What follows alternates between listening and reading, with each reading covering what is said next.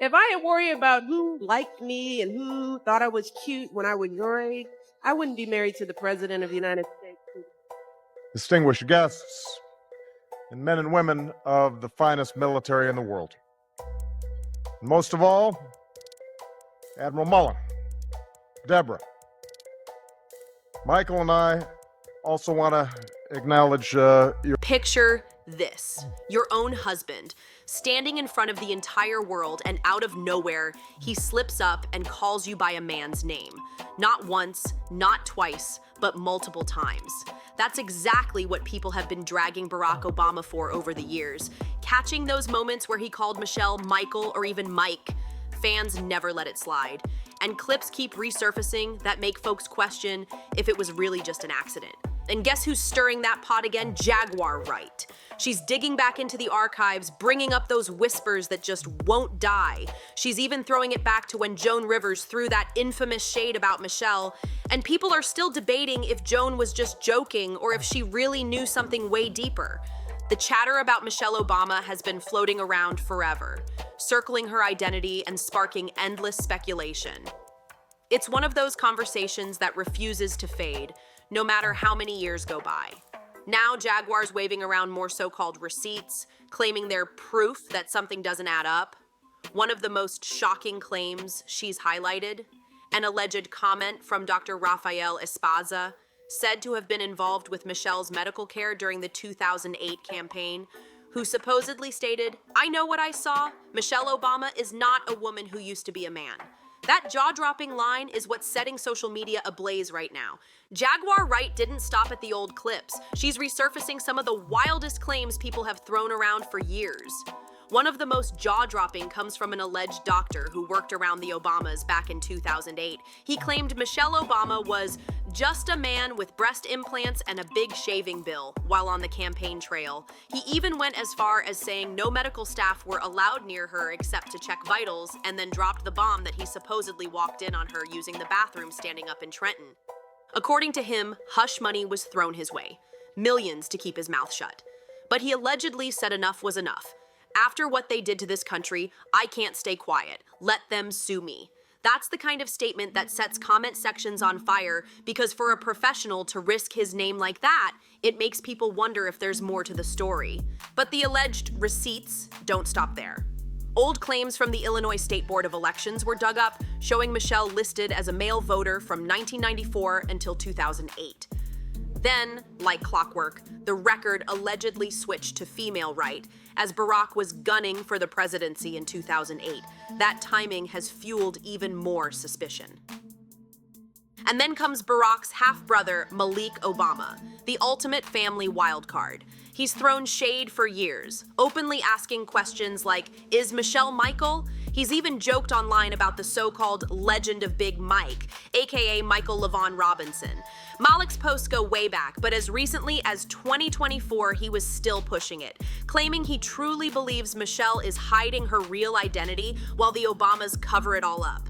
Another thing people can't stop dissecting, the Obama family photos. And people think I'm being catty by saying this. It's like there were 10 years when I couldn't stand my husband. You know? Do say that. You say 10 years. And guess when it happened? When those kids were little, right? Yeah. Right? Because, you can be all great individually when you're just married. You got your life, he's got his, you come together. It's all, ooh, good to see you, bye, take it easy. And then you have kids. Not take it easy. Take it easy, you're traveling, that's great, good. I get to hang out and watch the TV I wanna watch. Right. But the minute we had kids, it was like, where are you going? And how far? And you start measuring, it's like, how many diapers did you change? And, oh, you're golfing? Oh, you got time? Oh, you got time? Everyone's noticed how the couple loves flashing their wedding shots, but when it comes to pregnancy pics, nothing.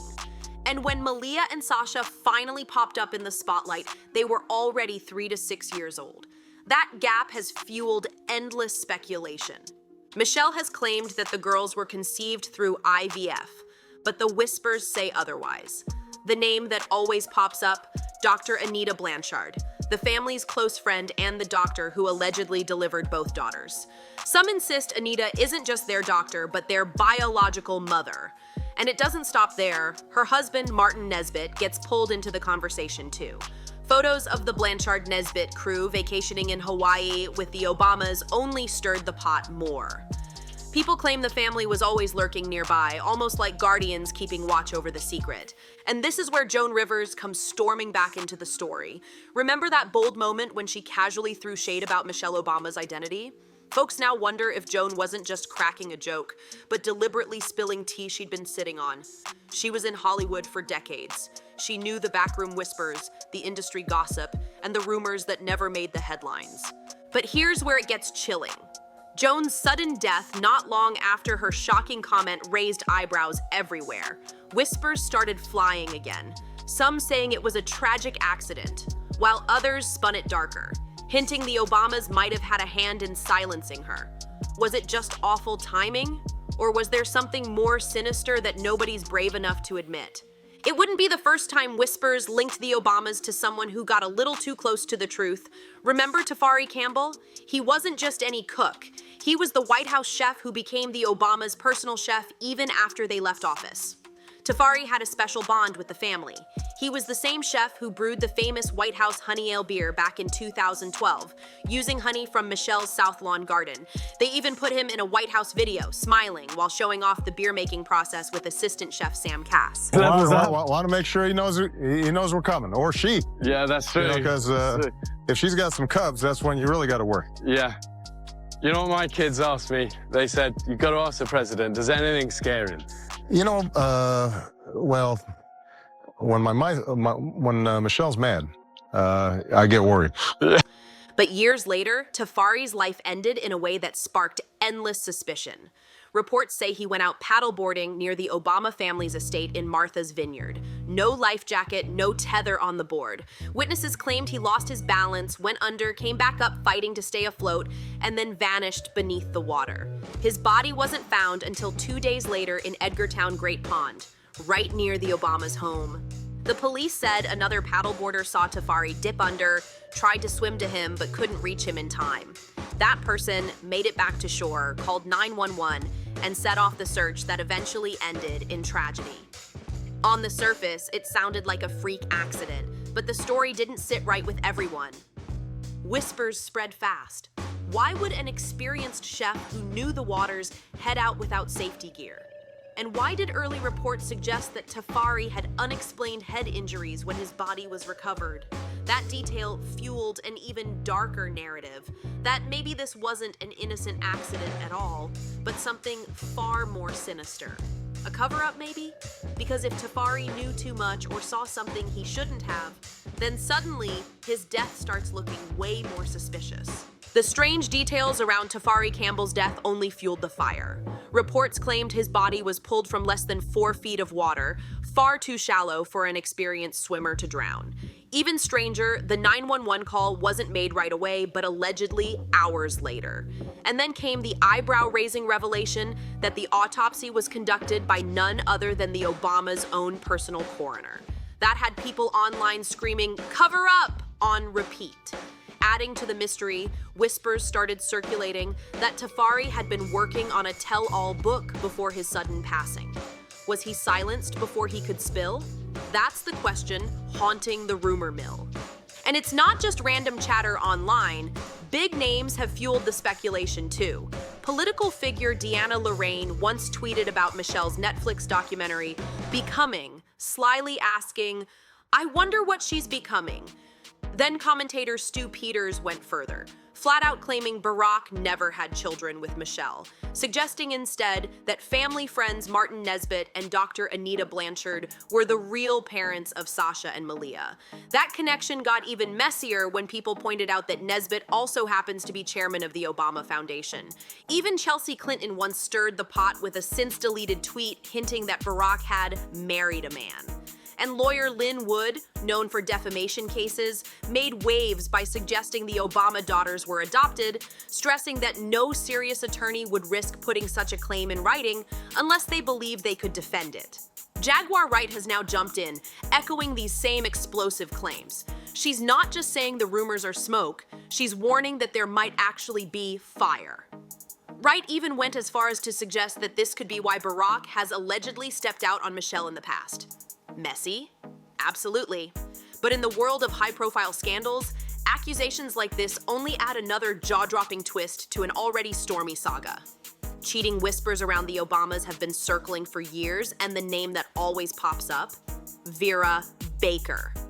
Back in 2004, Vera was a rising star who helped Barack secure his Senate seat, raising millions in campaign funds and working day and night for his success. But behind the polished image, rumors say things got a lot more personal between them. The most explosive claim came from a taxi driver who swore he drove Barack and Vera to the Hotel George in D.C., where the two supposedly spent the night together. The tabloid Globe ran wild with the story, dropping a full expose. They even alleged that Michelle got wind of it and quietly exiled Vera to Martinique to keep her out of the picture before Barack's presidential run. According to the piece, Barack had fallen hard, while Vera, despite knowing he was married, was caught up in the storm. Sources told the magazine that the pair spent the night at the hotel, igniting whispers that could have wrecked his career before it even took off. But when the scandal gained traction, Vera fought back. She filed a lawsuit against Globe, saying the entire story was fabricated by Obama's political enemies who wanted to smear his reputation. In her lawsuit, she argued the magazine purposely painted her as the other woman, claiming there was an affair, a scandal, even a so-called secret video that could destroy his presidency. According to Vera, none of it was true. No affair, no tape, no hotel hookup. Still, the damage was done. Even though Vera denied everything and took legal action, the rumors didn't vanish. In fact, the lawsuit only kept the story alive, making people wonder if there was more smoke behind the fire. After all, how often does a taxi driver risk his neck to give sworn testimony about a late-night drop-off?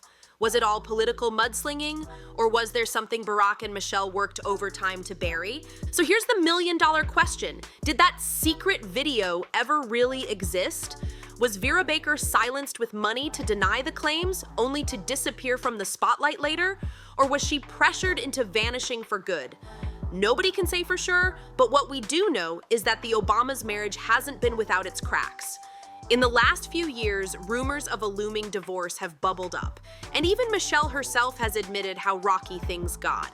She's opened up publicly about the difficulties of marriage, saying it's tough even when you're deeply in love, and confessing that she almost walked away from Barack at one point. That revelation shook people because if Michelle was already considering leaving, it means the tension behind closed doors was real. Michelle explained that for about a decade, while Barack was chasing his political dreams, she was the one carrying most of the family weight. School schedules, childcare, household duties, it all fell on her. Meanwhile, Barack poured his energy into politics, and she admitted those years made her feel like she was sacrificing everything while he built his career. She even broke it down in detail, how she would count the diapers they each changed, keep mental tabs on how much time Barack spent at the gym, or notice him sneaking in golf sessions while she handled the kids. That imbalance, Michelle admitted, pushed her to the edge and made her question if their marriage could survive. To hear a first lady speak so openly about wanting to leave, that sent shockwaves through fans who always saw them as the perfect couple. I don't know, guys, this one's wild. So much has been circling lately that it almost feels impossible to separate fact from fiction. But here's what we gotta ask. Were Joan Rivers' comments just comedy? Or was she dropping a bold truth disguised as shade? And is Jaguar Wright just chasing clout? Or does she really know something the rest of the world doesn't? Then comes the darker question. Did Joan's sudden death have nothing to do with her comments? Or could the Obamas have had a bigger hand in it than anyone dares to admit? And let's not forget those whispers about a divorce. Are they nothing but messy gossip? Or is there smoke pointing to real fire behind the Obamas' picture-perfect image? I want to hear your take. Drop your thoughts in the comments, smash that like button, subscribe, and share this video with someone who needs to see the receipts. Trust me, you do not want to miss what's coming next. See you on the next one.